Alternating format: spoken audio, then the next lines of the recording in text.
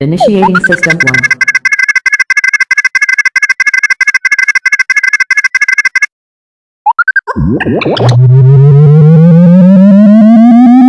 System 1 loaded.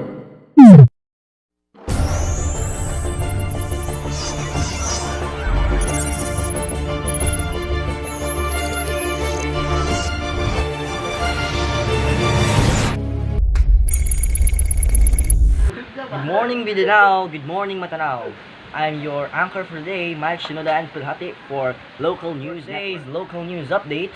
Regen payouts on hold. Report coming from Ms. Christina Katadman.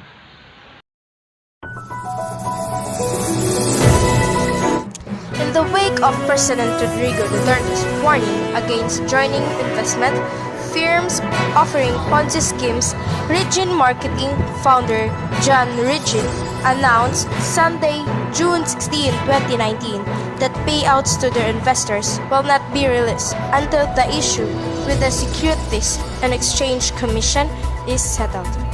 President Duterte ordered the Criminal Investigation and Detection Group or CIDG, National Bureau of Investigation or NBI, and Philippine National Police or PNP to shut down pyramiding investment schemes offering hefty returns.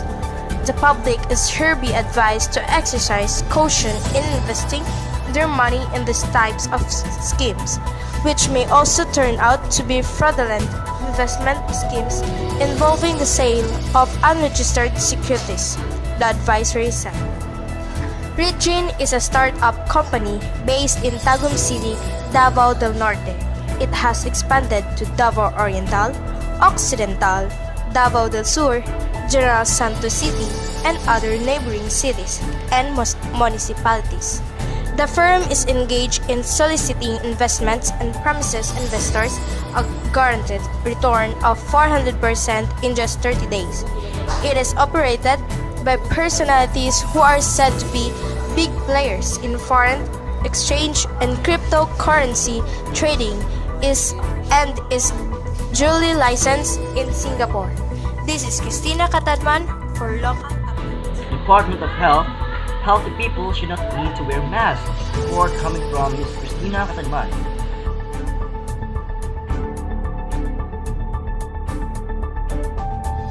The Department of Health Davao advised the public, especially those who are in good health, to not use the surgical mask to avoid shortage of supply in the wake of 2019 novel coronavirus outbreak.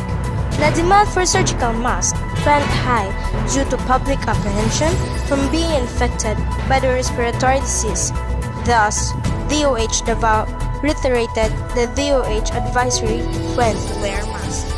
In an advisory issued on Sunday, DOH said that people who are in good health need not to use face masks. The use of the surgical mask is only recommended for persons caring for the sick, persons with respiratory infection or symptoms such as coughing, sneezing, or hot fever, and healthcare and other frontline workers. The public is enjoined to judiciously use masks to prevent shortage of surgical masks and N95 masks, the DOH said.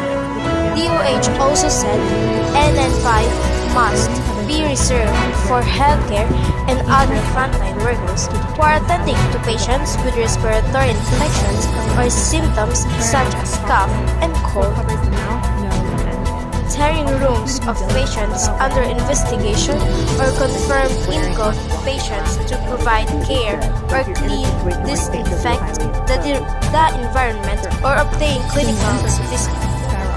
It is only advisable also for people handling clinical specimen, soil, medical supplies, or equipment or come in contact with potentially contaminated environment surfaces.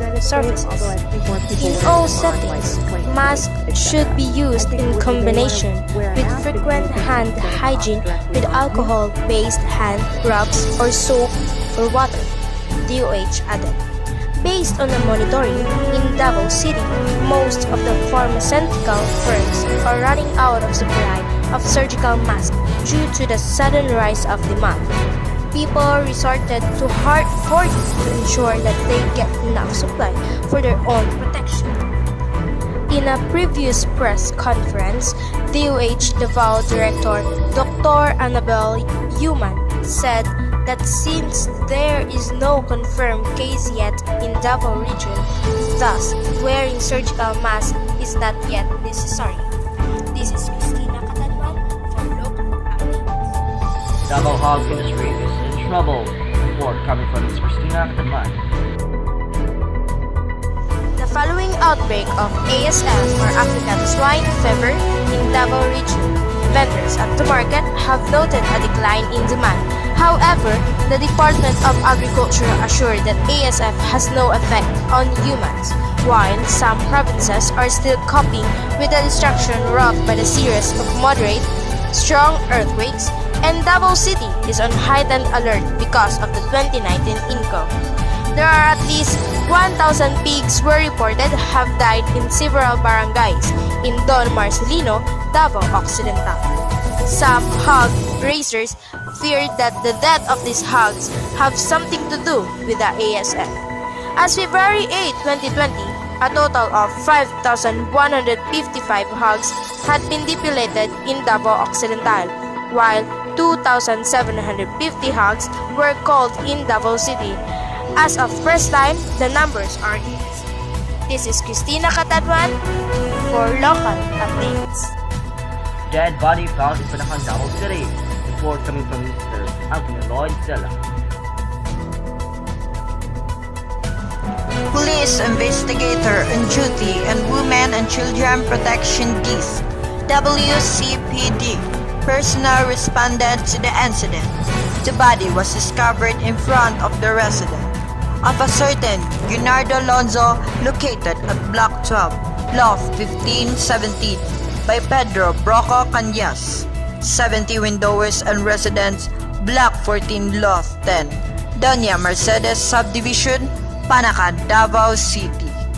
Initially, Lonzo was cleaning the front portion of the house when he noticed a yellow plastic cellophane containing a carton box places at drainage in front of the house.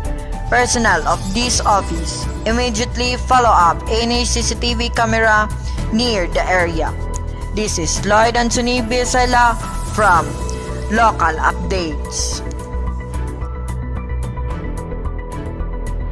Department of Agriculture confirms new cases of African swine fever in Davao del Sur. Report coming from Mr. Anthony Lloyd Sella. The Department of Agriculture DA on Saturday confirmed that dozens of pigs tested positive for African swine fever. In an action, Market Suluk Town, Davao del Sur, Agriculture Secretary William Darcet, 42 hogs from Coronadal City tested positive. He said the pigs come from Davao Occidental.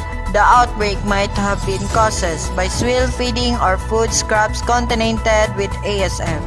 The local government of Suluk has ordered to suspend operation at the action and disinfect the area. This is Lloyd Anthony Besala from Local Updates. SPMC is ready for COVID. Report coming from Mr. Benji Olobalang. An official of the Southern Philippines Medical Center assured the public that they are heightening measures to counter the 2019 novel coronavirus should it enter the city after the number of cases escalated dramatically. Southern Philippines Medical Center Chief of Clinics and Health Emergency Management Bureau Coordinator Dr. Yudan told Sansar Davao that Southern Philippines Medical Center, the biggest hospital in Mindanao, is ready for possible eventualities. Amid the increasing number of cases and death tolls spreading across other countries due to 2019 novel coronavirus.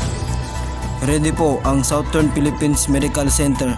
We actually have isolation facility is also designed should there be a Middle East respiratory syndrome related coronavirus, severe acute respiratory syndrome, and Ebola virus disease. The facility has a negative pressure room. He added Yudan further. Yudan further said that all the staff of Southern Philippines Medical Center is all well trained to address this global pandemic. This is Benji Ulubalang, Local Updates.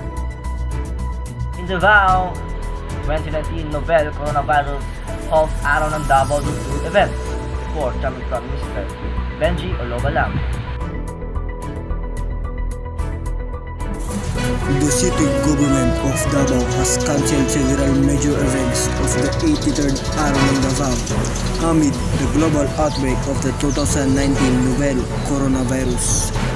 Davao City Mayor Sara Duterte Carpio announced in a press conference Monday, February 10, the cancellation of Pasiugdang Pagsaulog, Reyna Dabaweña, Ginoong Davao, Sayaw Pinoy, Kalingawan sa Santa Ana, Hudyaka, Mutya ng Davao, Pasidungog, Araw ng Empleyado, Kanta Dabaweño, Parada Dabaweño, and Datu Bago Awards.